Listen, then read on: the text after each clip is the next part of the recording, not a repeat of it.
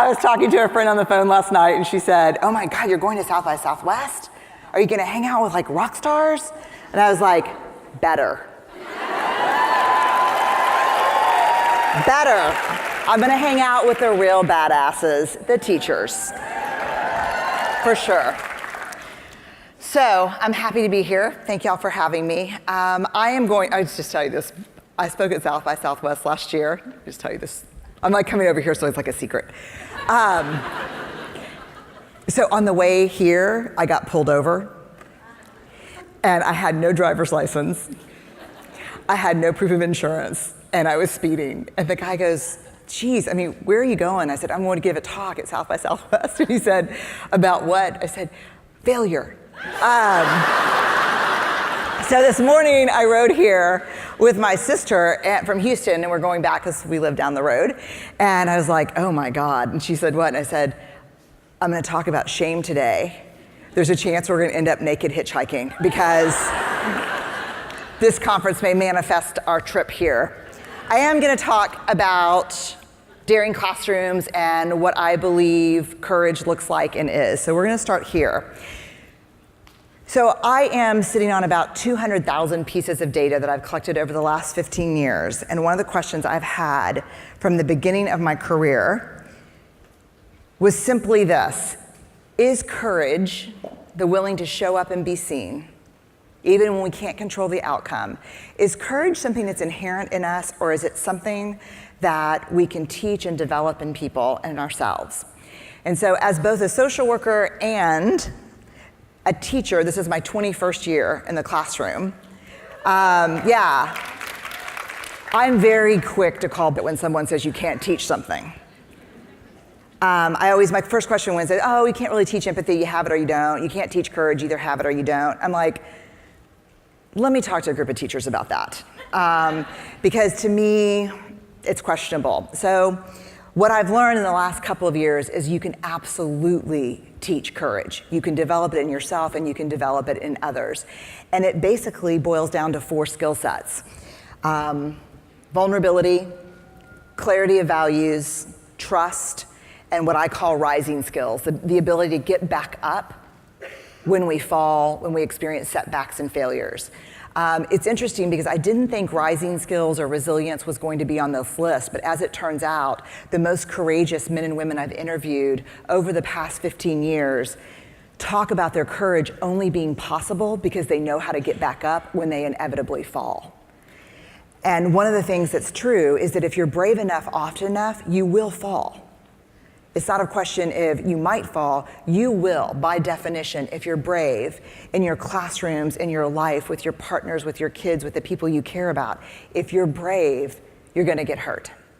I mean, the brokenhearted are the bravest among us because they had the courage to love, right? And so we have to learn how to get back up. So here's what I wanna talk to you about today. I'm gonna talk to you a little bit about vulnerability. I told him, I was like, I'm ready to do my talk, I need 7 hours. I just need to be with my people for a long stretch. What I'm actually gonna talk to you about today is the number one thing that gets in the way of developing courage and building courageous classrooms. We're gonna start with vulnerability, and then I'm gonna talk to you about shame. And I'm gonna tell you why I decided to talk about shame today.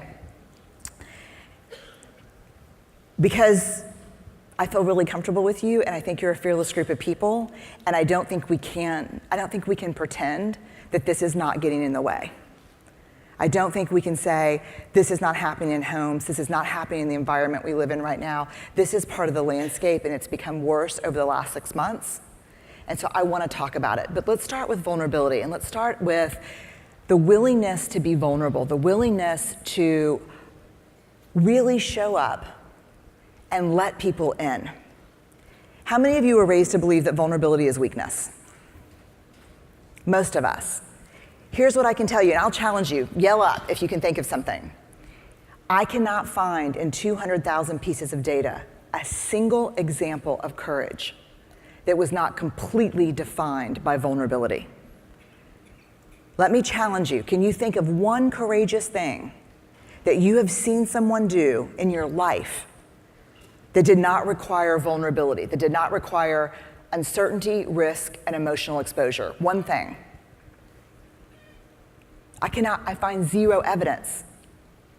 And let me tell you, I've stood in front of a group like this of special force military people. They can't think of a single example of courage that did not require absolute vulnerability.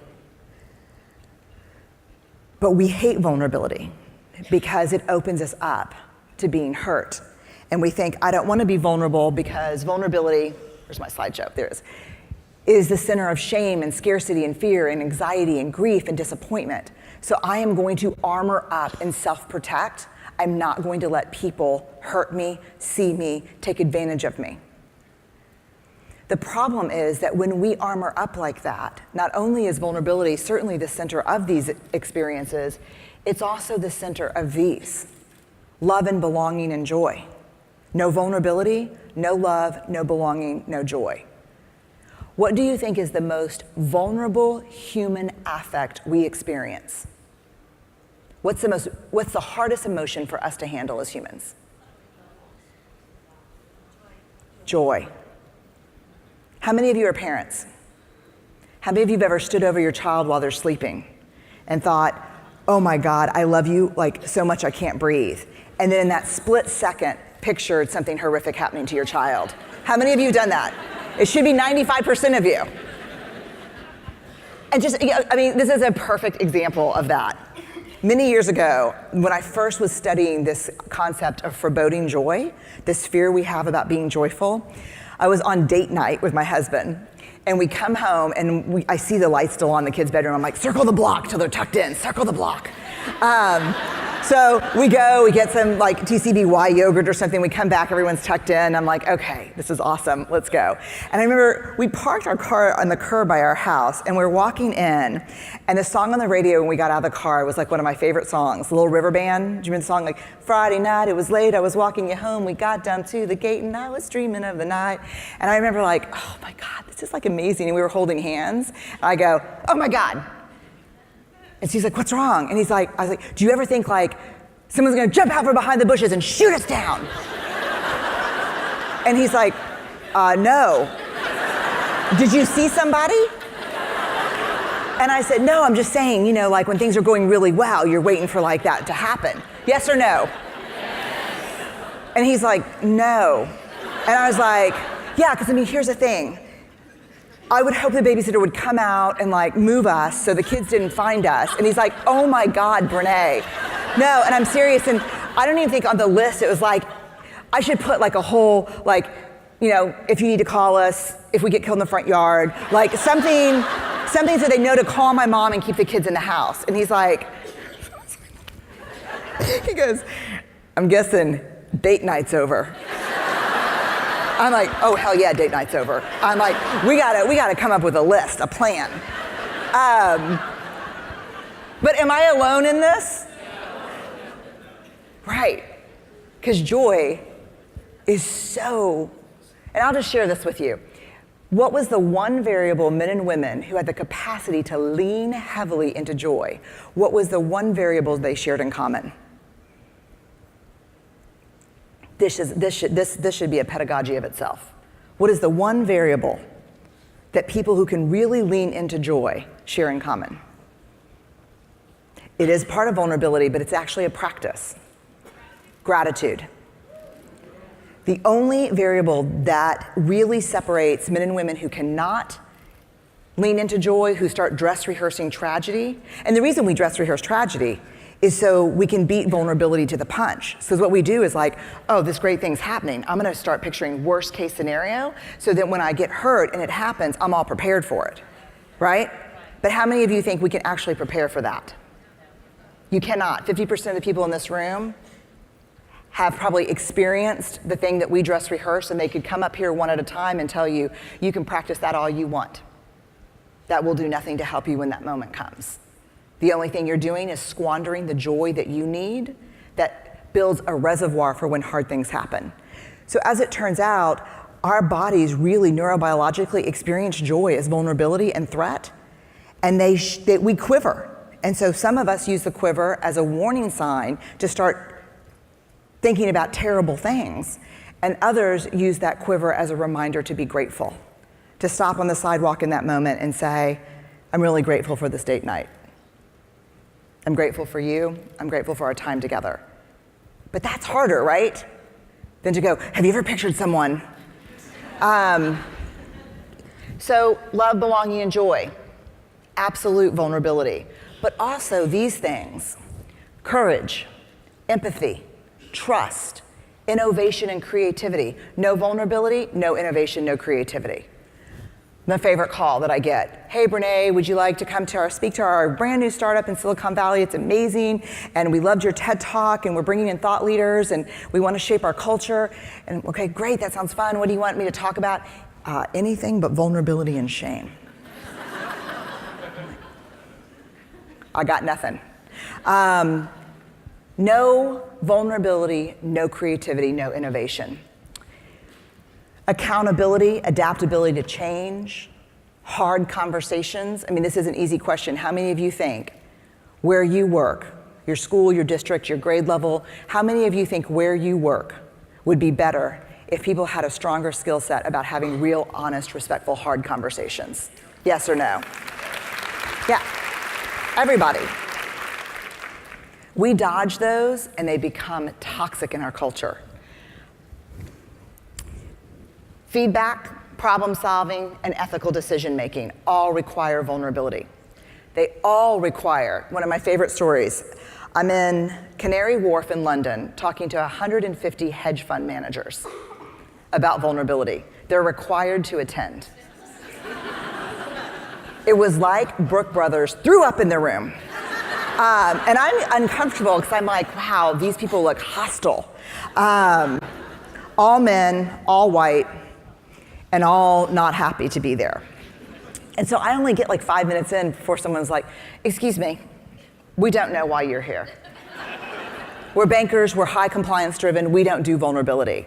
And I'm thinking to myself, I don't know why I'm here either. I haven't even ridden the London Eye. There's so many things I want to do. I'm not sure either. I said, why am I here actually? Like, what are you up against right now? And they're like, we're a high compliance banking industry. Our biggest problem right now is ethical decision making.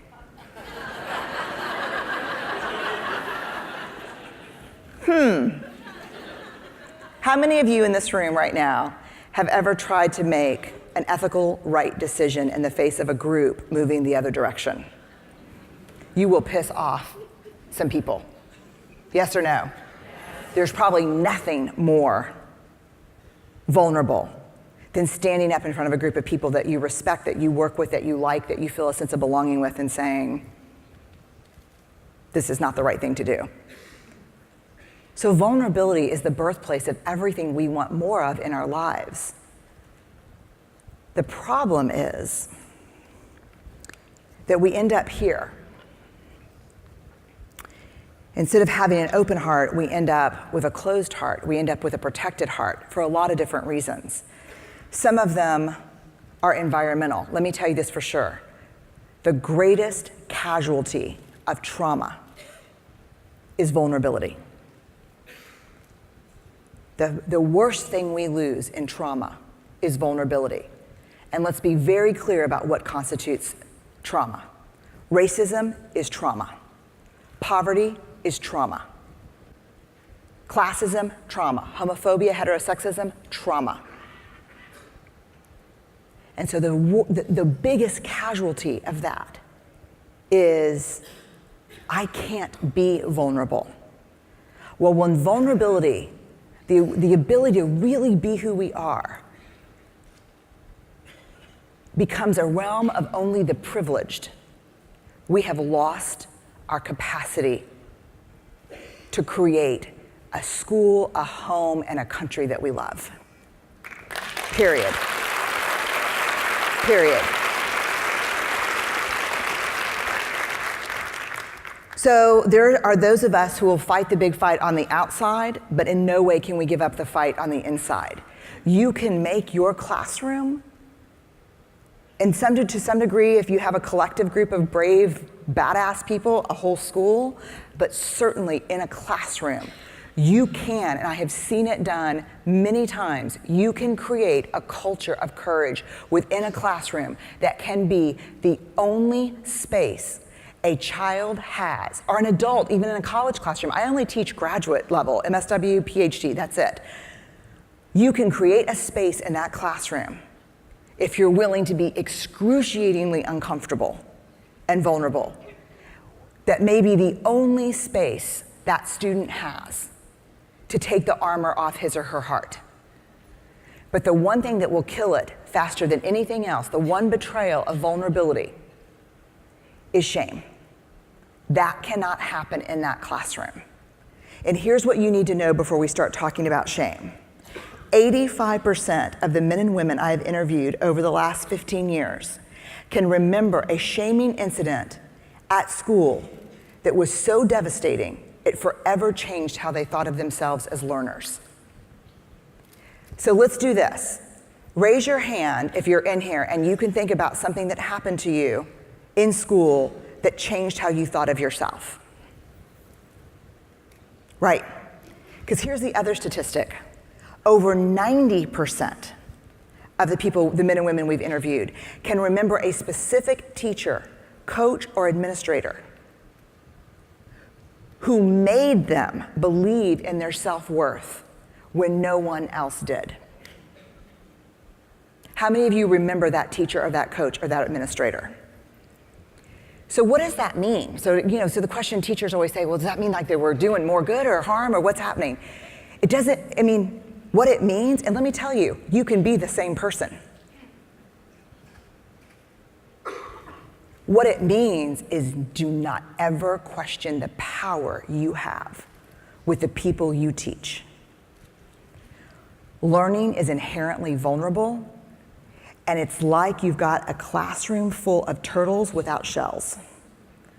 And the minute they put the shell back on, they're protected from their peers or from the teacher or from whomever, but no learning can come in because no vulnerability, no learning. So we have to really find a way to develop shame-resilient classrooms, not shame-free. Look, here's what we know, 50 years of data. The only people who don't experience shame are people who have no capacity for empathy or connection. We all know shame. Everyone clear on shame? That warm thing that washes over you? That makes you feel small and not, so we all have it. And as long as we have a capacity for connection, shame will always be a real thing in our lives because shame is the intensely painful belief that there's something about us that makes us unworthy of love and belonging. For children, especially in lower school, probably through about 5th grade, shame is literally the threat of being unlovable. Shame is actually neurobiologically in lower school experienced as trauma because when you are not lovable and you're dependent on safety and nurturing and food and shelter and you're not lovable, then that's a threat to your survival, right? So if teachers, and let me tell you, in the ranking, let me tell you exactly how it goes. Parents, teachers, clergy, peers. Because one of the things that exacerbates shaming is a power differential. So that's why we can inflict the most damage and we can heal the most wounds. So I want to make sure we all know what we're talking about. So we're going to go through these. Let me put them all up. We're going to go through these 4 because they're radically different concepts. We use these words interchangeably, and they are completely different. And one of the 4 elements of shame resilience that the most resilient men and women have in common is they know the difference between these words, and they use the right word to express the right emotion. So shame. Shame is a focus on self. Shame is, I am bad. There's something inherently wrong with me. The one we confuse it with the most is guilt. Guilt is, I did something bad. Shame is a focus on self. Guilt is a focus on behavior. I hand out papers, and John gets his paper back and says, oh my God, I'm so stupid. I'm such an idiot. I'm so stupid. I'm so stupid for not studying. Shame or guilt? Shame. The focus is on him. So what about if John gets the paper back and he reads it and he says, God, not studying was such a stupid thing to do? Guilt. One's a focus on self, one's a focus on behavior. You look at a kid and you say, you are a great kid. That was a stupid choice. Guilt or shame? Guilt. So let me give you a visceral understanding of why this is different. How many of you in here, if you hurt my feelings, how many of you could apologize and say to me, I'm sorry, I made a mistake? How many of you could do that? I could do that with y'all. Shame, I'm sorry, I am a mistake. That's the difference between shame and guilt. Is it semantics? No, it's not semantics. Let me tell you why. Shame is highly correlated with addiction, depression, bullying, violence, eating disorders, and suicide. And here's the big piece you need to understand. Guilt is inversely correlated with those outcomes, meaning the higher the level of guilt shame talk, the less likely it is for a child to experience those outcomes.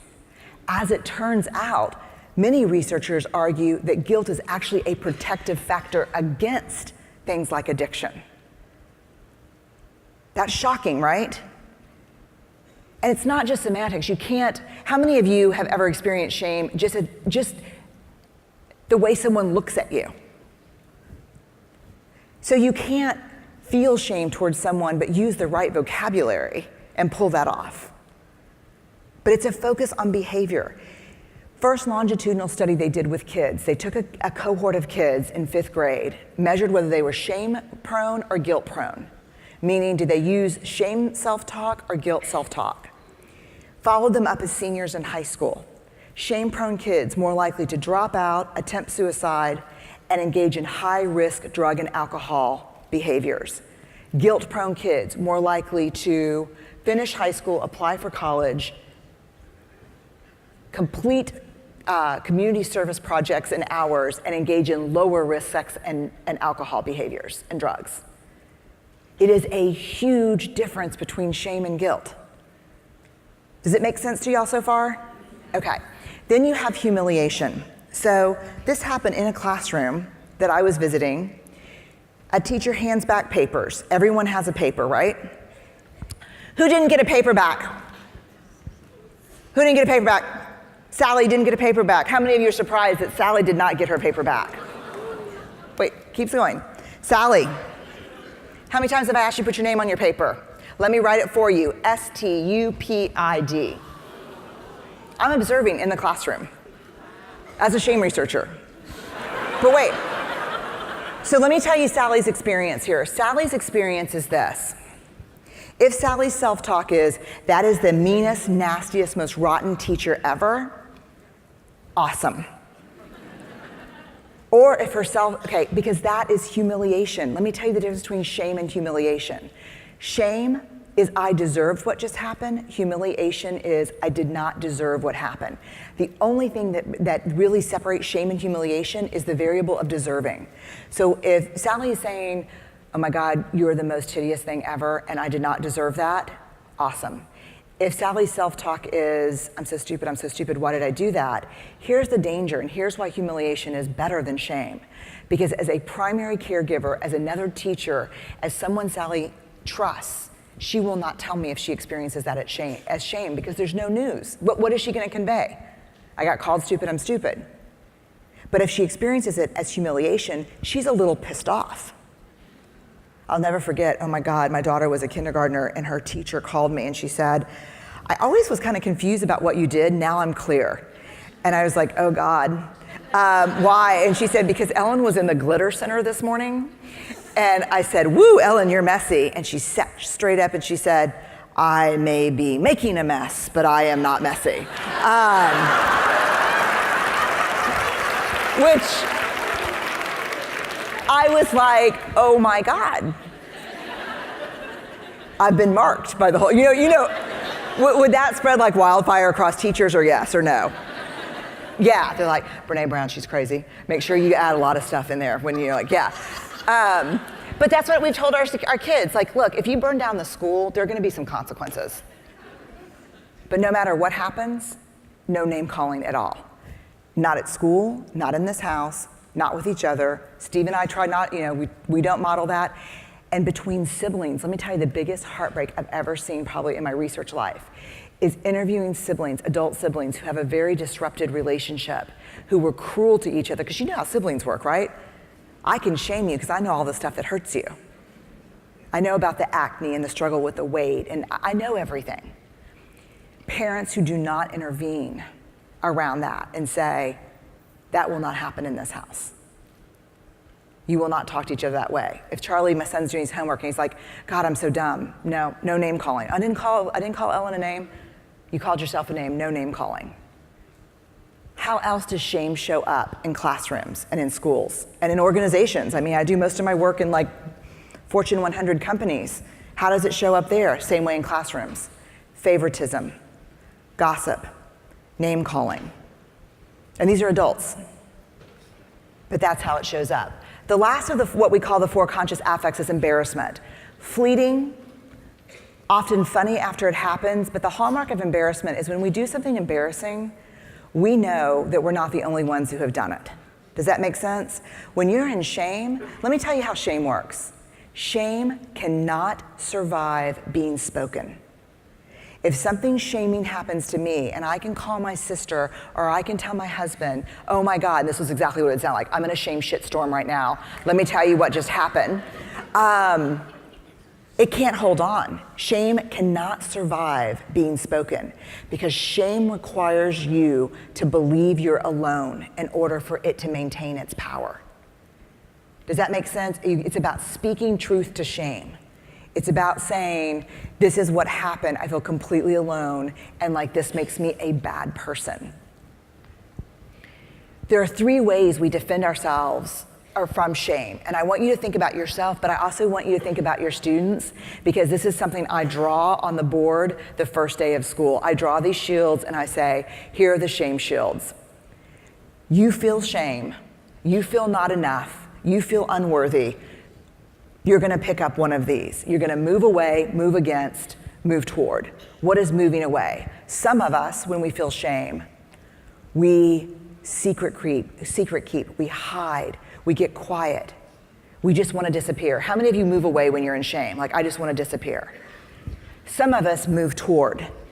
Some of us people please our way out of that emotional corner. Oh, you're so awesome, I'm really sorry, I know I suck, I'm really, we people please our way out. How many of you do that? I do all of them, sadly. And then there's moving against, which is my favorite shield, and the most destructive, and that is using shame and anger to combat shame and anger. You wanna dance? We'll dance. You wanna do this? We'll do this.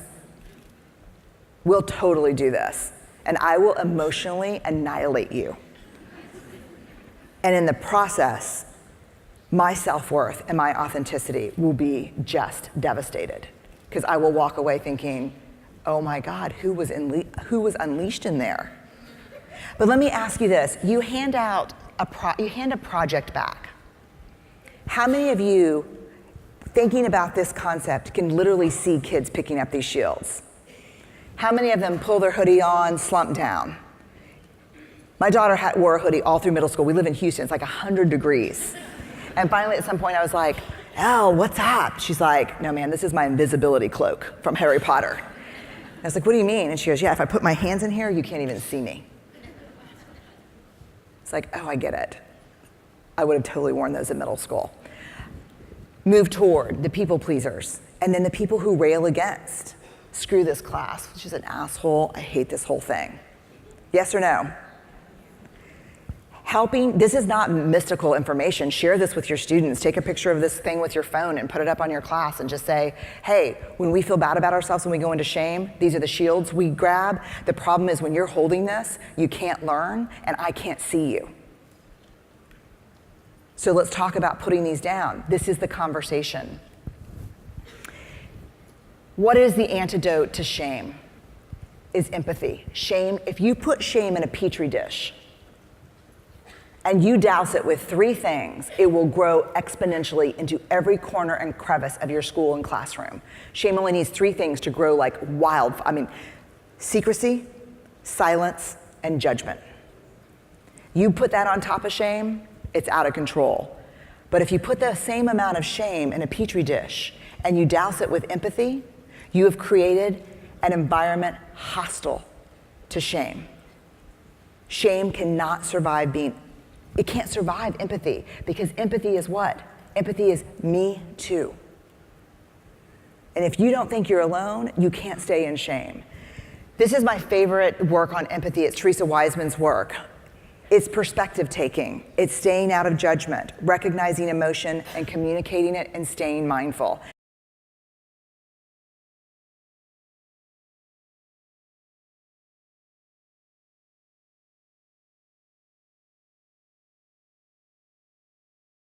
And I'm going to end with this, perspective taking. The whiter, straighter, more Judeo-Christian, middle class you are, the less good you are at this. I mean, that's me too, sorry for all of us, but you know why? Because we weren't raised with critical awareness. We weren't raised with parents pointing out, hey, where are the white folks on that show? Because all the folks were white on Hee Haw. My parents did not point that out. And so when we talk about perspective taking, that is about taking the perspective of others, and that's where we have to become listeners and ask, what did this mean for you? What was this like for you? And our answer, you know the number one exacerbator of shame in conversation? Empathic failure. When a child says to you, or your partner says to you, I'm in shame about this, and you go back and say, no, it's good, it's not a big deal, I promise. That's empathic failure. Tell me why this was so painful. Tell me why this was so painful. Well, it was painful because in my family, when you say this, people believe this. This is where we have to become the learners. Let me look at my time. It says 0. What if I just assume that and then I'm just starting?